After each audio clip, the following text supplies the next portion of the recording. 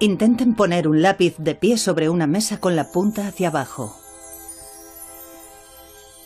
Si consiguen que esté perfectamente recto, tal vez guarde el equilibrio y no se caiga.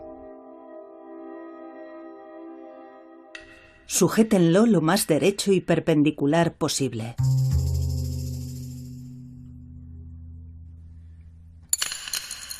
No es tan fácil. Por muy recto que coloquemos el lápiz, siempre se acaba cayendo. Da igual cuántas veces lo intentemos o lo perfectamente vertical que lo pongamos. Quizá les parezca obvio, pero este fenómeno, aparentemente insignificante del lápiz que se cae, dio lugar a un importante descubrimiento científico.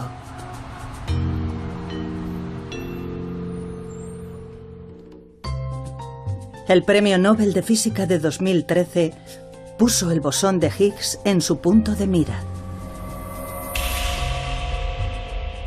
Cuando se confirmó la existencia del bosón de Higgs en unas gigantescas instalaciones experimentales, se proclamó como el descubrimiento del siglo. Siempre nos hemos preguntado qué ocurre en el firmamento y hoy hemos logrado un notable avance. Comprendemos mucho mejor nuestro universo. Es, por así decirlo, el ingrediente que faltaba. El comienzo o el fin de una era. La profunda conexión entre el bosón de Higgs y el lápiz que se cae se descubrió gracias a importantes estudios en el campo de la física moderna.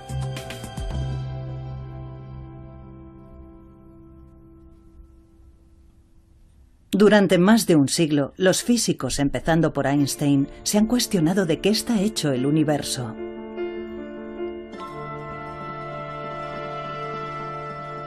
Se preguntaban, suponiendo que el universo tuvo un creador, ¿qué clase de plano utilizaría?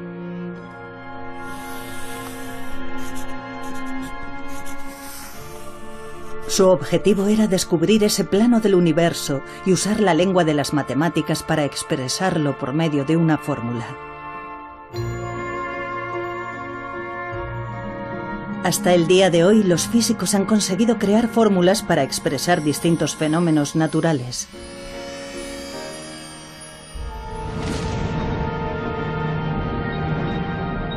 Pero si pudieran encontrar una única fórmula para describir todos los fenómenos del universo, esta sin duda sería la fórmula definitiva. Los físicos están empeñados desde hace mucho tiempo en la búsqueda de esta fórmula definitiva. Debía haber ecuaciones con un significado preciso, elegantes, simples. Nosotros resolveríamos esas ecuaciones y explicaríamos los fenómenos de la naturaleza. El objetivo era tener una única y hermosa teoría que hiciera que todo encajara. ¿De qué está hecho el universo?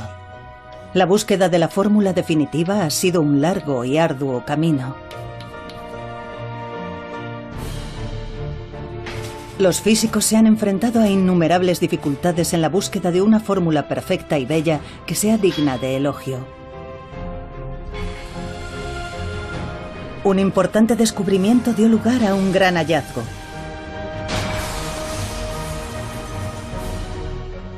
Sin embargo, el afán por encontrar una fórmula de una belleza perfecta condujo a la paradójica conclusión de que, matemáticamente, era imposible que el universo existiera.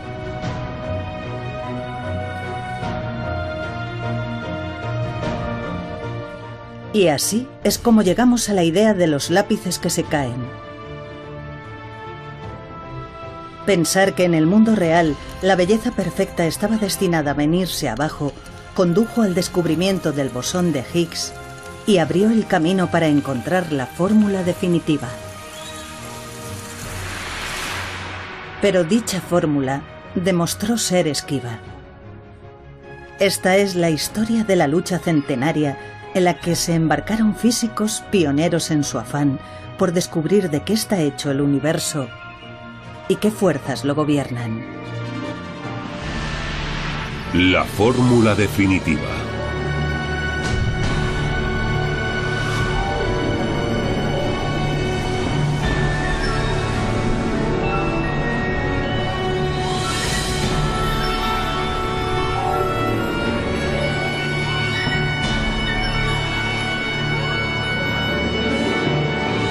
¿De qué está hecho el universo?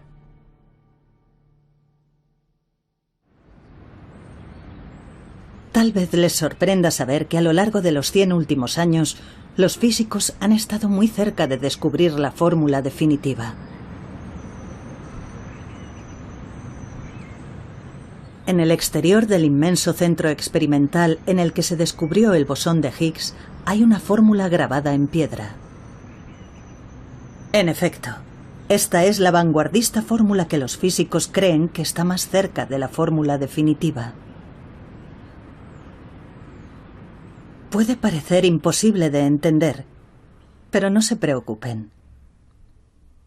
Escrita con más detalle, la fórmula es así. La primera línea es una fórmula que describe las propiedades de las unidades de materia más pequeñas conocidas en el mundo y que reciben el nombre de partículas elementales. Estas partículas elementales se dividen en 4 tipos. Veamos dónde se pueden encontrar estas partículas elementales. Al ser las unidades de materia más pequeñas, se aprecian a la máxima escala microscópica. En primer lugar, están los electrones que orbitan dentro de un átomo. Probablemente estemos más familiarizados con ellos. Seguidamente hay 2 tipos de partículas elementales conocidas como quarks, que forman el núcleo en el centro del átomo. Y por último están los neutrinos, unas partículas caprichosas que escapan del núcleo de vez en cuando. ¿Qué causa que estas partículas elementales permanezcan dentro de los átomos o que escapen de ellos? La respuesta reside en estas 3 líneas. Pero volviendo al átomo, lo que atrae a los electrones al núcleo es la fuerza electromagnética. La unión de los 2 tipos de quarks que forman un núcleo es lo que se conoce como una interacción nuclear fuerte. Y lo que causa que los neutrinos salgan del núcleo es una interacción débil.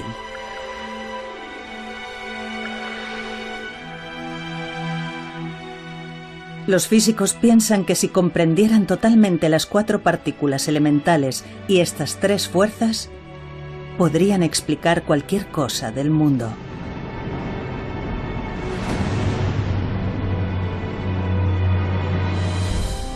Las 2 últimas líneas hacen referencia a la existencia del bosón de Higgs. Más adelante sabremos qué papel juega esta partícula.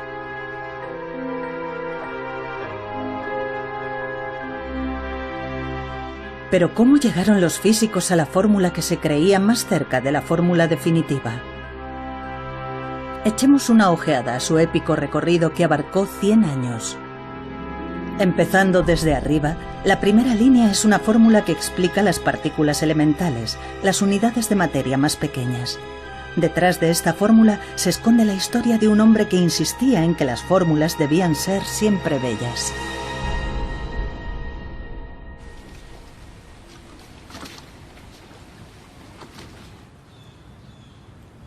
Nuestra historia de la búsqueda de la fórmula definitiva comienza aquí, en Cambridge, a finales de los años 20. Entonces residía aquí un joven físico. Se llamaba Paul Dirac, un genio en su campo. Con solo 30 años fue nombrado profesor lucasiano de la Universidad de Cambridge, uno de los puestos académicos más prestigiosos del mundo. Entre los científicos que ostentan este cargo se incluyen figuras de renombre como Isaac Newton y Stephen Hawking. Con intención de encontrar una fórmula que lo explicase todo, Dirac se centró primero en los electrones, la única partícula elemental que ya se había descubierto. En aquellos tiempos, las propiedades de los electrones se describían con una fórmula conocida como ecuación de Schrödinger, y era posible calcular su energía. Pero se hizo patente que había cierta característica de los electrones que no podía explicarse con la ecuación de Schrödinger. Se trataba del hecho de que, al igual que la Tierra, los electrones giraban sobre su propio eje y además tenían propiedades parecidas a un imán.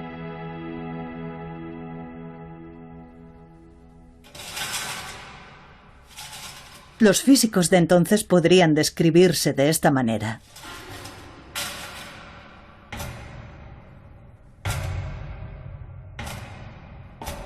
Armados con los mejores conocimientos disponibles, trataban de crear la fórmula correcta para las partículas elementales, pero se topaban con un muro impenetrable.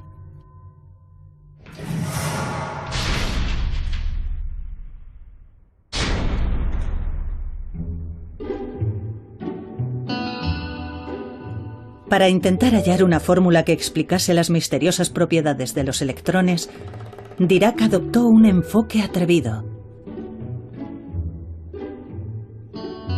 En aquella época, los científicos usaban resultados de experimentos y observaciones para idear nuevas fórmulas. Dirac, en cambio, decidió guiarse por su sentido de la estética. Las leyes físicas han de tener belleza matemática. Ese era el lema de Dirac. Exacto, belleza. Puede parecer que todo esto suena un tanto impreciso para un científico. Al fin y al cabo, algunas personas pueden pensar que este tipo de imagen es bella, mientras que otras considerarían esto como la máxima expresión de la belleza. La belleza está en los ojos del espectador. Sin embargo, para los físicos, la belleza es igual a simetría y se mide por medio de criterios muy específicos. Podemos explicar qué entienden los físicos por belleza usando este tablero de dibujo. Tomemos, por ejemplo, estas dos figuras. Los físicos no dudarían en calificar de bella la figura de la derecha. Les parecerá obvio, dado que es un círculo perfecto, pero hay algo más. Los físicos usan ejes X e Y, iguales que estos, como coordenadas para valorar la belleza. Veamos la fórmula de un círculo en términos de ejes. Cuando rotamos los ejes así, la fórmula no cambia. Eso es lo que hace que la figura sea extraordinaria. Se dice que su fórmula posee simetría rotacional y a los físicos les resulta increíblemente bella.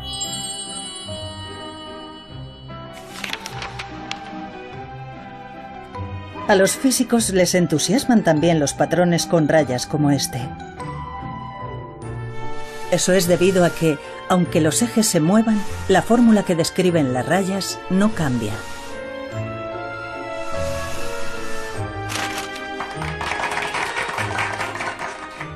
En este caso, los físicos llaman a este tipo de belleza simetría traslacional. Una fórmula es bella cuando permanece igual aunque cambien los ejes, o en otras palabras, aunque cambie el punto de vista. La simetría es simplemente la afirmación de que algo se ve igual desde diferentes puntos de vista. Por ejemplo, un cuadrado se ve igual cuando cambiamos el punto de vista 90 grados. Podemos afirmar que las leyes de la naturaleza no cambian de forma, de contenido, cuando cambiamos de una forma concreta nuestro punto de vista. Había otro tipo de belleza que Dirac valoraba en gran medida: la simetría de Lorentz. Está relacionada con la teoría de la relatividad de Einstein y describe cómo el tiempo y el espacio son en esencia lo mismo. Trabajando a partir de ahí, Dirac alcanzó la siguiente conclusión. Si había algo parecido a un mapa del universo, su belleza sería indudablemente perfecta, es decir, exhibiría diferentes tipos de simetría.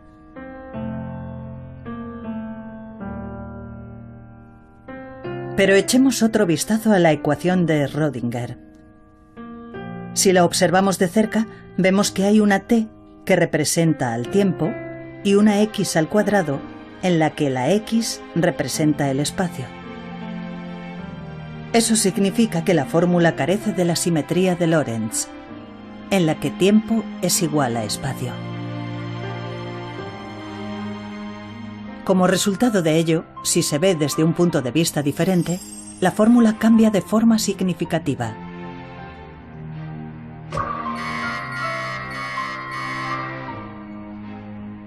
Y así, Dirac comenzó a trabajar en una fórmula que tendría todos los tipos de simetría.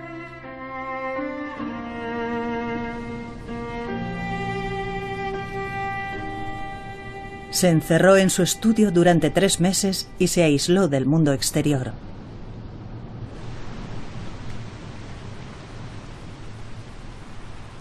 Sus sentimientos alternaban constantemente el júbilo y el miedo, aunque a menudo le invadía el pánico. Pero su lucha y su dedicación a la idea de la belleza al final dieron su fruto. Este es el ensayo que publicó en 1928. En él presentaba la ecuación de Dirac.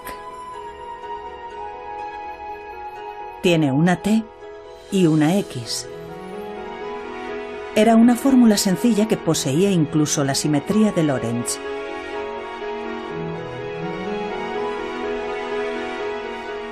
La ecuación era notablemente eficaz y lograba explicar con precisión las misteriosas propiedades de los electrones, incluyendo su movimiento y magnetismo.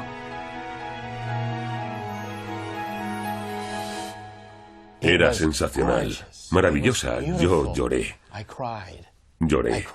Muchos físicos lloran al ver la ecuación de Dirac, porque ven que la teoría de los electrones, que era tan extraña y aleatoria, con tantas piezas, de repente, gracias a la simetría, ¡boom!, se convierte en una única teoría. Y lo que es más, posteriormente se descubrió que la ecuación de Dirac también era aplicable a los neutrinos y los quarks que se descubrirían más adelante.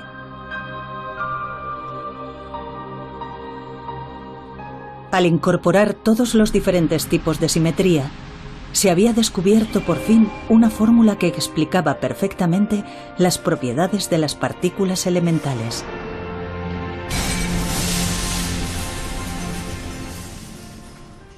La ecuación de Dirac posee tremendas simetrías que anteriormente no eran tan obvias. Así que ayudó muchísimo a la hora de que la gente pensara en la simetría en general. La primera línea grabada en piedra con la fórmula definitiva muestra una forma simplificada de la ecuación de Dirac.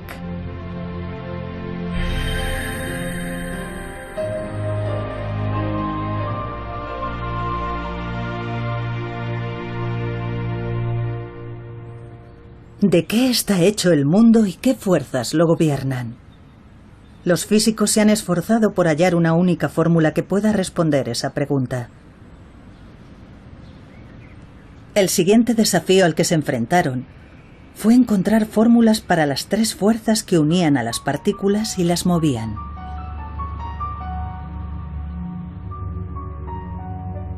Primero, abordaron la más conocida de las 3 fuerzas, la fuerza electromagnética.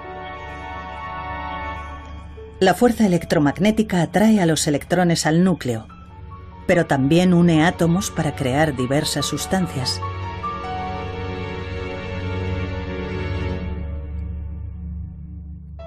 En los años 30, un físico de la costa oeste de Estados Unidos se propuso encontrar la fórmula de la fuerza electromagnética. Ese físico era Robert Oppenheimer, que más tarde sería conocido como el padre de la bomba atómica. Se había ganado un merecido reconocimiento en una amplia variedad de campos de investigación. Conocía todos los aspectos de la física. Tenía un poder asombroso para sintetizar y comprender lo que ocurre. Podemos describir el enfoque adoptado por Oppenheimer y sus coetáneos de la siguiente forma. Dirac había llegado anteriormente a su fórmula de las propiedades de las partículas elementales, incorporando la simetría de Lorentz al arsenal de un físico.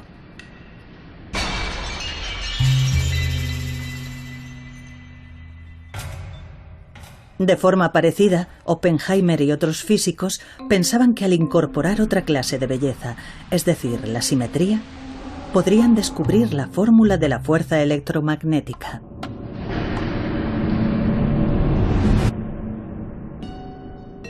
Oppenheimer y sus coetáneos centraron su atención en el cuarto tipo de simetría, la simetría gauge.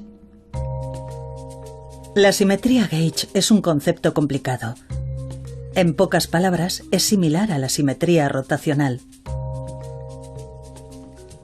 Describe una clase de belleza en la que, si hubiera un transportador en cada punto del espacio que midiera la magnitud del electromagnetismo, la fórmula permanecería igual, aunque cambiara el ángulo.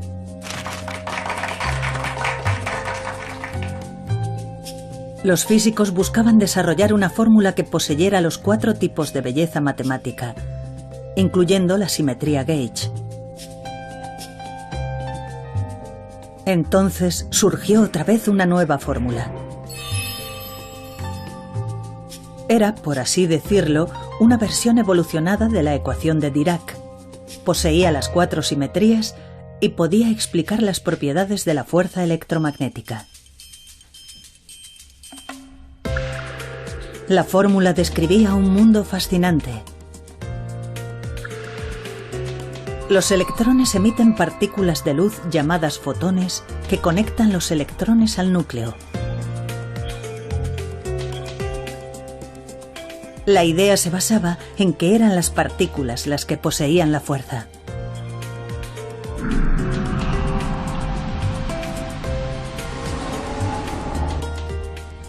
La fórmula que el nuevo tipo de simetría ayudó a crear explicaría el misterio de la composición del universo. Sin embargo, oculta yacía una verdad inesperada. Al descubrir que cierta cuantía física era calculada e infinita, todo dejó de tener sentido. Cuando se realizaron los cálculos, los resultados indicaban que la energía de los electrones era infinita, lo que significaba que la materia no podría existir.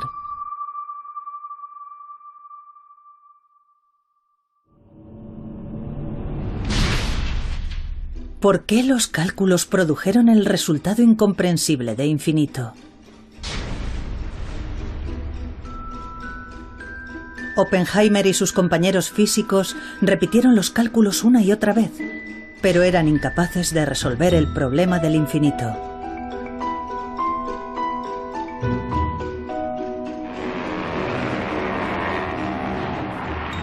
Entretanto, el mundo estaba sumido en el caos.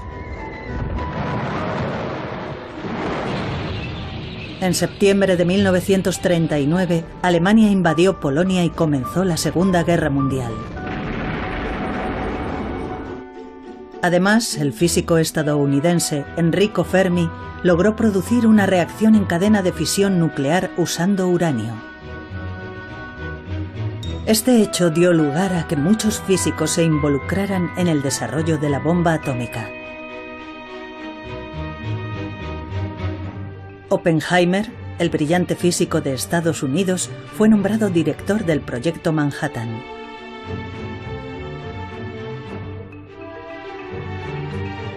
Varios físicos se reunieron en Los Álamos, en el estado de Nuevo México.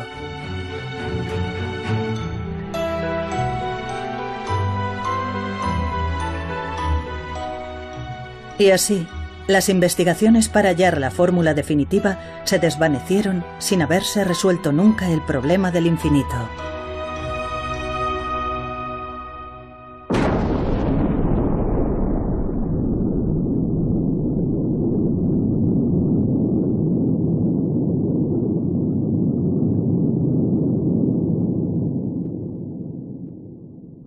La bomba atómica mató a cientos de miles de personas. La prensa apodó a Oppenheimer padre de la bomba atómica. y ya nunca volvería a la vanguardia de las investigaciones sobre la fuerza electromagnética.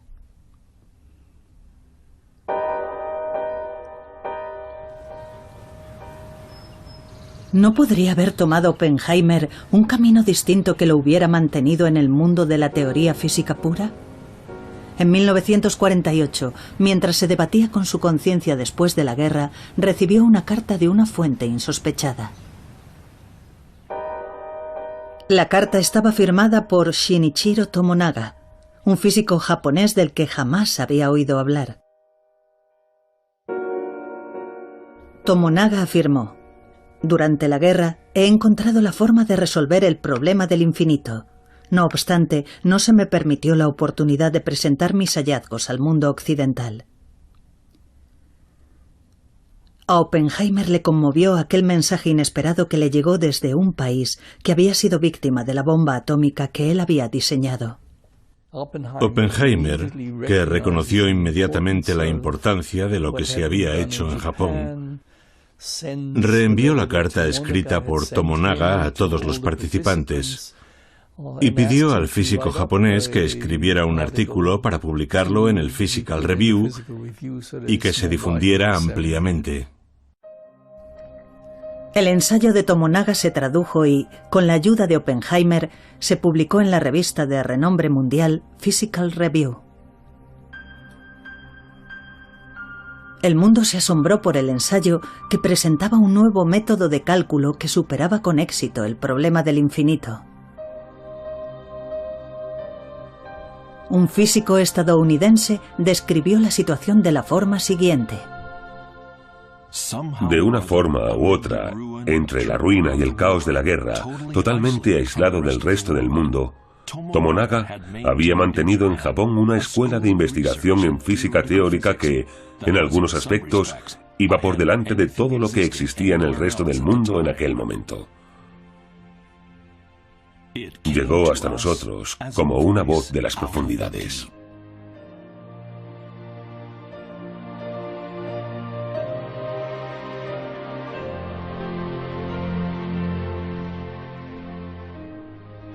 Casi al mismo tiempo, dos físicos estadounidenses presentaron una teoría equivalente a la de Tomonaga. En el ambiente de libertad posterior a la guerra, el problema del infinito se resolvió rápidamente. La fórmula desarrollada por Tomonaga y algunos otros físicos dio lugar a unos cálculos cuyos resultados coincidían con los hallazgos experimentales a un nivel asombroso. Un ejemplo de ello es la fuerza del magnetismo de los electrones. Esta es la figura producida por la fórmula que finalmente creó la búsqueda de la belleza. Coincide con la figura observada experimentalmente con una precisión de 10 decimales.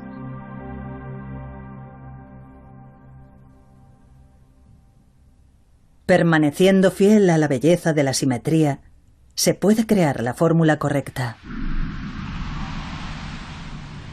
Este principio ideado por Dirac ayudó a descubrir la fórmula de la fuerza electromagnética.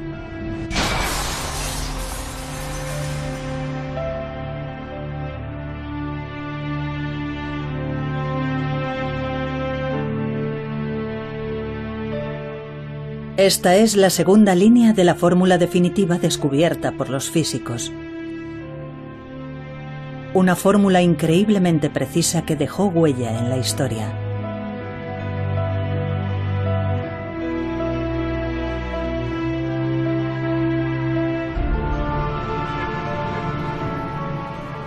Y así fue descubierta por fin la fórmula de la fuerza electromagnética. Pero a principios de los años 50, los físicos que se esforzaban por descubrir la fórmula definitiva volvieron a sufrir un inesperado parón.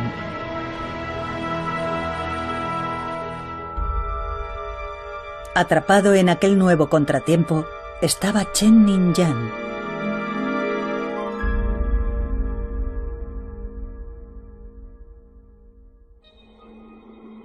Como recordarán, existen tres fuerzas que gobiernan los movimientos y la conducta de las partículas elementales. Ya se había descubierto la fórmula de la fuerza electromagnética que atrae los electrones al núcleo. Chen Ning-yang centró su atención en la interacción nuclear fuerte que mantiene unidos los quarks que conforman el núcleo. También estudió la interacción débil que hace que los neutrinos escapen del núcleo.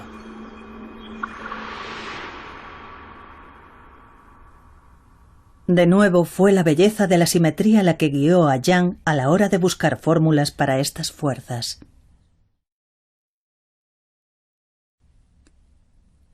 Pensé que debía existir un principio fundamental y me di cuenta de que efectivamente existía un principio fundamental para las interacciones electromagnéticas. Yang decidió comprobar si podía encontrarse algo similar a la belleza de la simetría gauge dentro del núcleo. Su búsqueda dio lugar a un concepto desafiante incluso para los físicos más experimentados y que es conocido como simetría gauge no conmutativa. En 1954, Yang y su colega Mills publicaron su trabajo de investigación. Incorporando un nuevo tipo de simetría gauge, lograron desarrollar una fórmula para la fuerza existente entre partículas.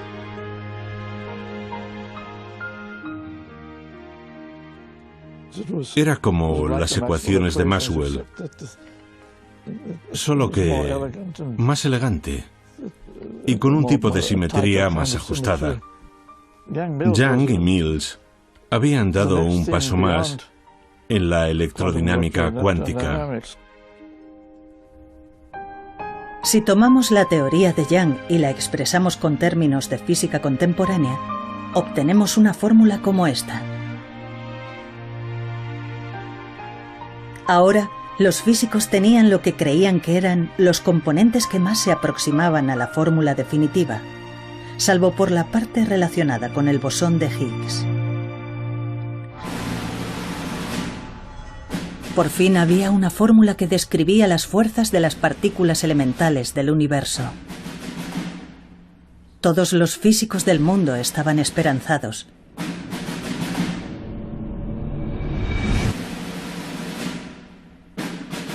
Pero les esperaba otra sorpresa.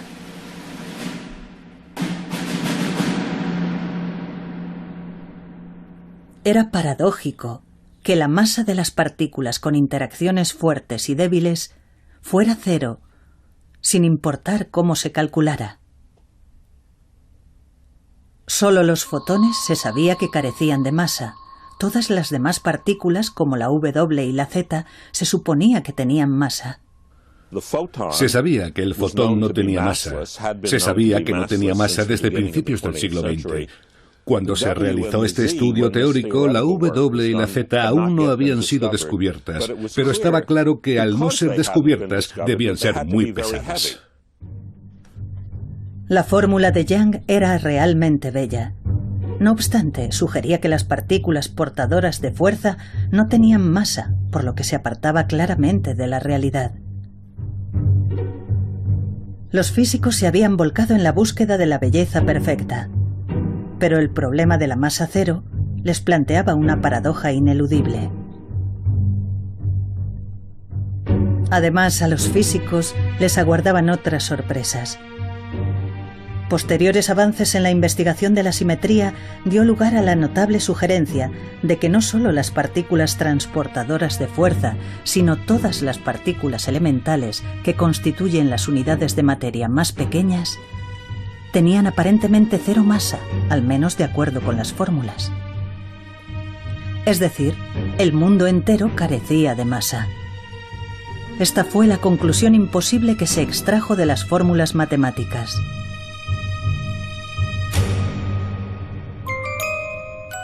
Si todas las partículas elementales realmente carecieran de masa, tendríamos un grave problema. Según los cálculos, los electrones escaparían de los átomos y toda materia se desintegraría. De repente, si todos los átomos hubieran adoptado un estado de perfecta simetría en el que todo tuviera cero masa, habrían salido volando. Todas las partículas saldrían volando a la velocidad de la luz y no habría masa estable ni personas, ni perros, ni gatos, ni ciudades, porque todo estaría siempre en movimiento y no habría materia estable para crear átomos.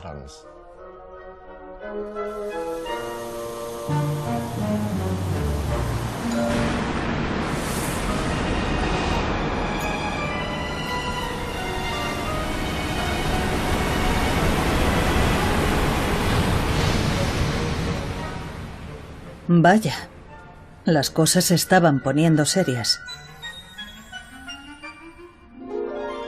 Guiados por la belleza de la simetría, los físicos, supuestamente, deberían haberse acercado cada vez más a la fórmula definitiva. Pero vieron cómo caían en un profundo pozo. El misterio de la masa. Habría que esperar al descubrimiento del bosón de Higgs para que se despejaran todos los misterios.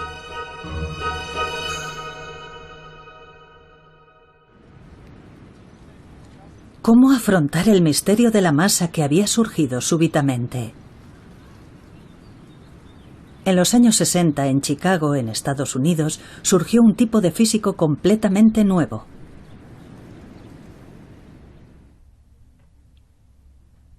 Se llamaba Yoichiro Nambu y había nacido en Japón. La gente decía de él, Nambu puede ver el futuro. Este físico inconformista consiguió resolver la gran paradoja de masa igual a cero en presencia de belleza matemática.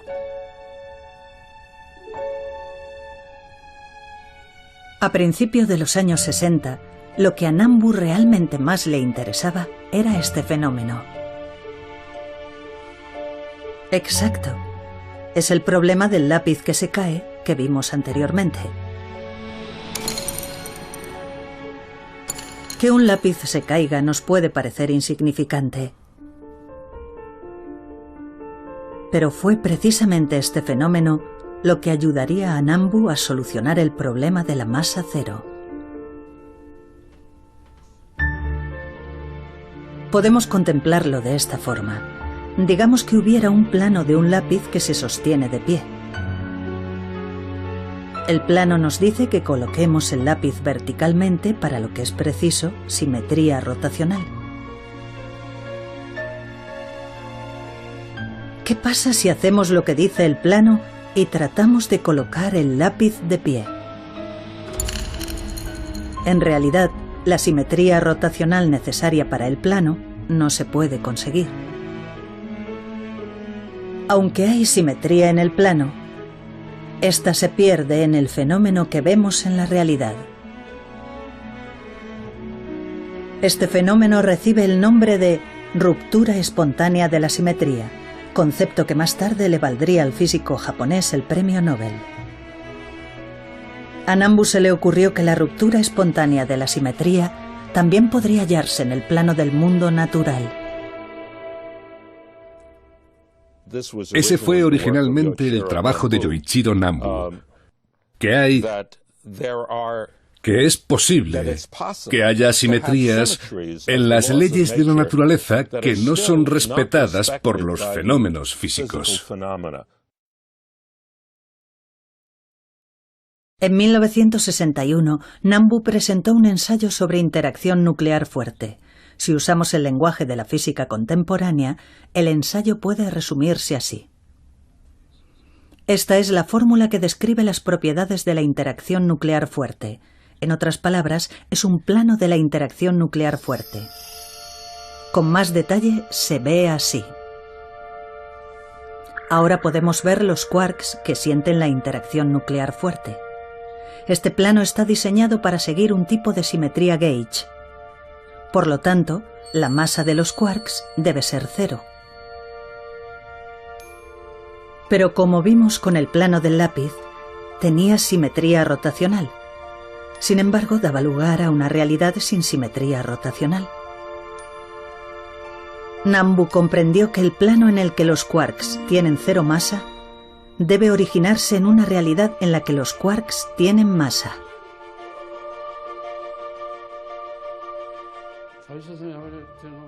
No me di cuenta inmediatamente de la ruptura de la simetría.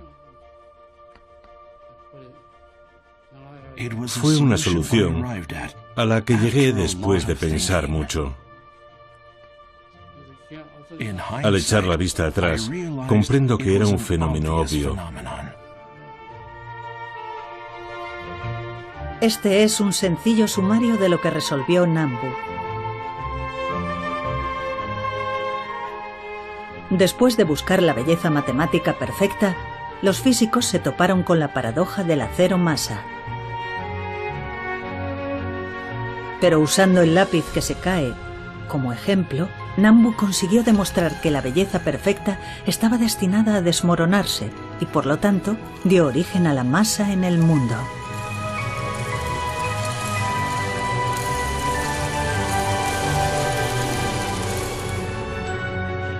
El hecho cotidiano del lápiz que se cae dio paso al concepto de ruptura espontánea de la simetría. Era un importantísimo descubrimiento que nadie pudo predecir.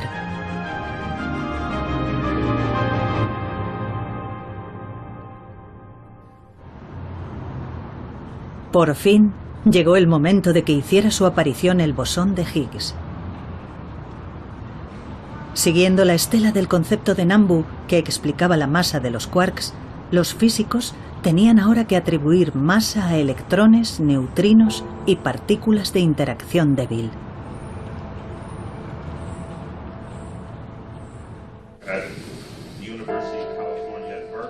Steven Weinberg es profesor en la Universidad de Texas. Trabajaba entonces en la idea de usar el concepto de ruptura espontánea de la simetría de Nambu para demostrar que, al igual que los quarks, las demás partículas elementales también tenían masa. Finalmente, se aventuró a adentrarse en un área prohibida en la que ningún otro físico se había atrevido a hacerlo. Decidió introducir en su teoría una oportuna partícula que nadie pensó que podía existir en el mundo.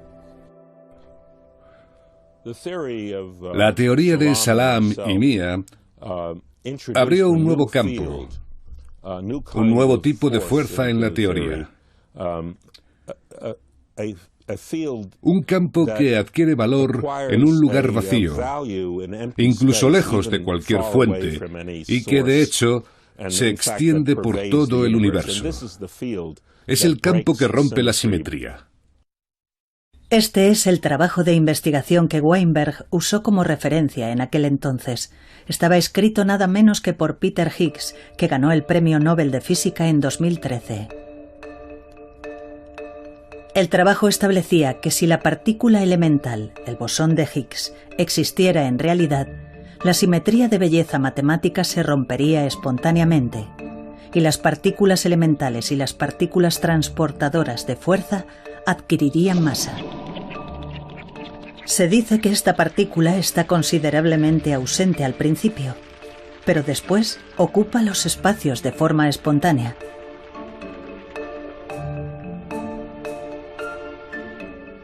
Esta idea se basaba en el concepto de Nambu de que la belleza perfecta que inicialmente existe en el mundo se pierde luego espontáneamente.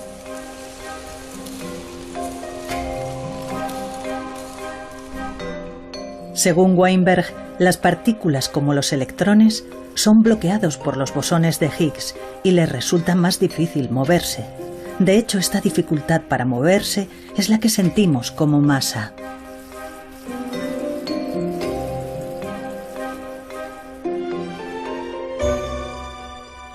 Weinberg presentó su ensayo en 1967. En su ensayo, Weinberg logró atribuir masa a electrones y partículas de interacción débil usando la idea del bosón de Higgs.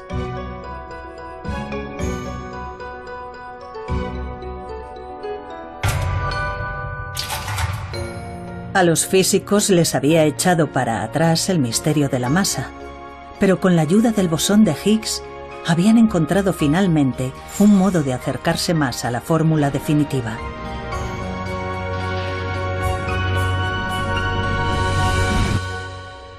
Sin embargo, la teoría de Weinberg se recibió con escepticismo en su momento. Muchos físicos no podían quitarse de encima la sensación de que la existencia del bosón de Higgs era demasiado oportuna.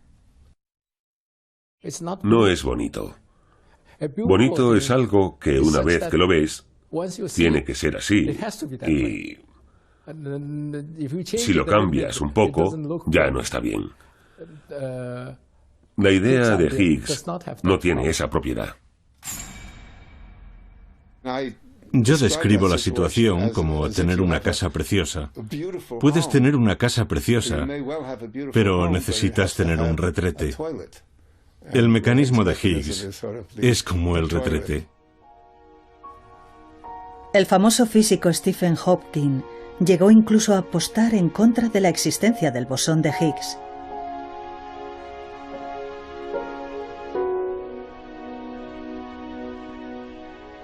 Pero hubo un avance importante en 2012. Habían pasado más de 40 años desde que Weinberg presentó su teoría.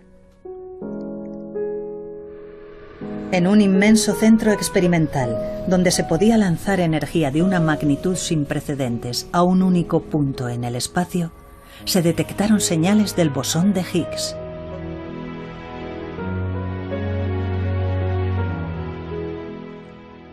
Hoy hemos tenido éxito. Hemos descubierto una nueva partícula, un bosón, probablemente el bosón de Higgs.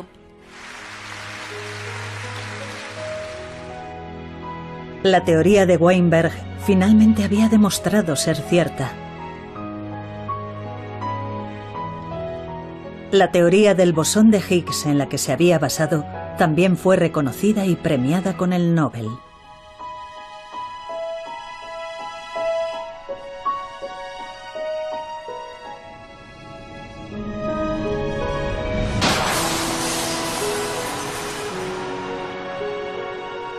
Los físicos habían llegado por fin a una única fórmula.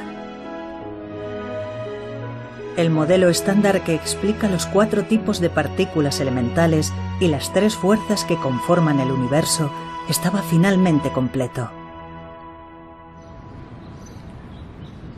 En una esquina del CERN, Organización Europea para la Investigación Nuclear, donde fue descubierto el bosón de Higgs, un monumento conmemora la fórmula que se creía más próxima a la fórmula definitiva. Marcó la culminación del camino recorrido por los físicos a lo largo de 100 años.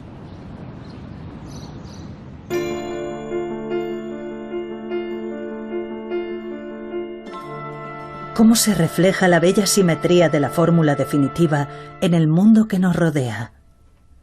Los físicos comprenden la historia del universo a partir del Big Bang de la siguiente forma.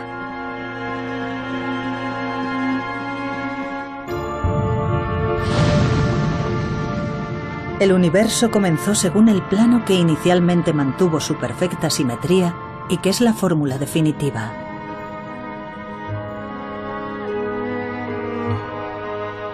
En aquel momento, todas las partículas elementales carecían de masa y volaban diseminadas. Pero más tarde, como resultado de la ruptura espontánea de la simetría producida por el bosón de Higgs, las partículas elementales adquirieron masa. Como resultado de esta masa adquirida, las partículas se unieron para formar átomos. Comenzaron a aparecer estrellas y a crearse las galaxias. Incluso el hecho de que nosotros existamos actualmente en el mundo se cree que ha formado parte siempre de la fórmula definitiva.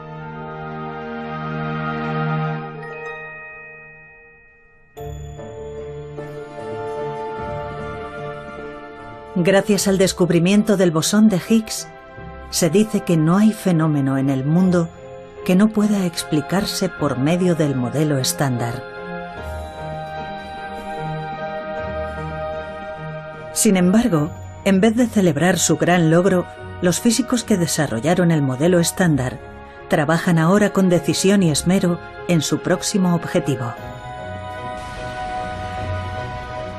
Las partículas elementales son tan ligeras que nunca había parecido necesario considerar la cuestión de la fuerza gravitacional. Ahora los físicos de primera línea están de acuerdo en que si no se tiene en cuenta la gravedad, nunca se podrá descubrir la fórmula definitiva. No estamos satisfechos con una teoría elegante de interacción débil, fuerte y fuerza electromagnética. Queremos que también sea una teoría de gravitación. La idea de una visión unitaria de la naturaleza en la que todo pueda explicarse en términos de profundas leyes fundamentales creo que es nueva en el siglo XX. Supone un enorme cambio filosófico, ya que es un cambio en el tipo de conocimiento que deseamos encontrar. Los físicos han invertido cientos de años en tratar de descifrar la naturaleza del universo.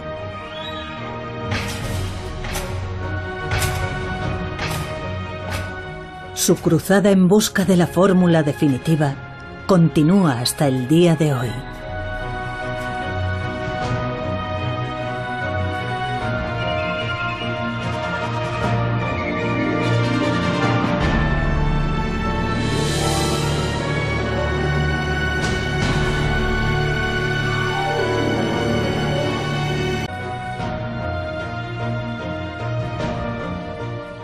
Y así es como llegamos a la idea de los lápices que se caen. Pensar que en el mundo real la belleza perfecta estaba destinada a venirse abajo condujo al descubrimiento del bosón de Higgs y abrió el camino para encontrar la fórmula definitiva. Pero dicha fórmula demostró ser esquiva. Esta es la historia de la lucha centenaria en la que se embarcaron físicos pioneros en su afán por descubrir de qué está hecho el universo y qué fuerzas lo gobiernan. La fórmula definitiva.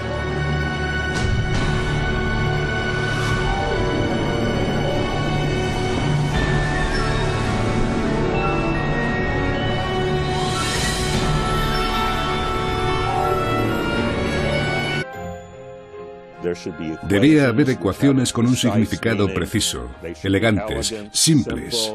Nosotros resolveríamos esas ecuaciones y explicaríamos los fenómenos de la naturaleza. El objetivo era tener una única y hermosa teoría que hiciera que todo encajara. ¿De qué está hecho el universo? La búsqueda de la fórmula definitiva ha sido un largo y arduo camino. Los físicos se han enfrentado a innumerables dificultades en la búsqueda de una fórmula perfecta y bella que sea digna de elogio. Un importante descubrimiento dio lugar a un gran hallazgo.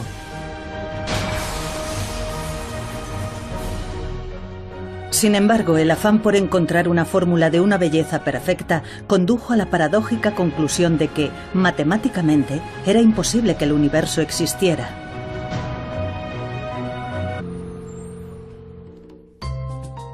El Premio Nobel de Física de 2013 puso el bosón de Higgs en su punto de mira. Cuando se confirmó la existencia del bosón de Higgs en unas gigantescas instalaciones experimentales, se proclamó como el descubrimiento del siglo. Siempre nos hemos preguntado qué ocurre en el firmamento y hoy hemos logrado un notable avance. Comprendemos mucho mejor nuestro universo. Es, por así decirlo, el ingrediente que faltaba. El comienzo o el fin de una era. La profunda conexión entre el bosón de Higgs y el lápiz que se cae se descubrió gracias a importantes estudios en el campo de la física moderna.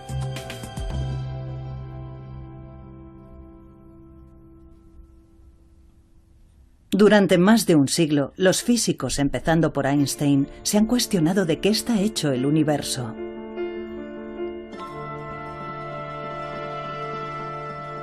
Se preguntaban, suponiendo que el universo tuvo un creador, ¿qué clase de plano utilizaría?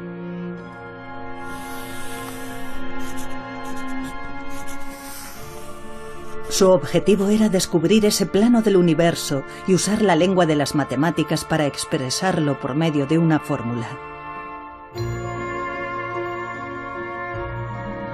Hasta el día de hoy, los físicos han conseguido crear fórmulas para expresar distintos fenómenos naturales.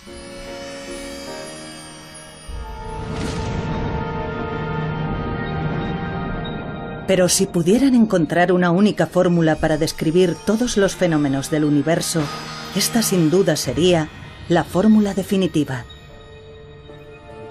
Los físicos están empeñados desde hace mucho tiempo en la búsqueda de esta fórmula definitiva.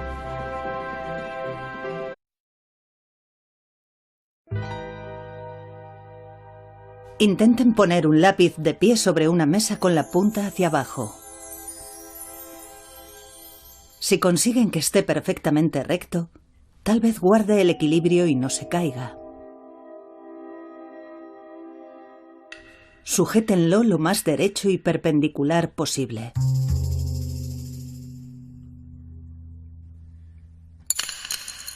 No es tan fácil.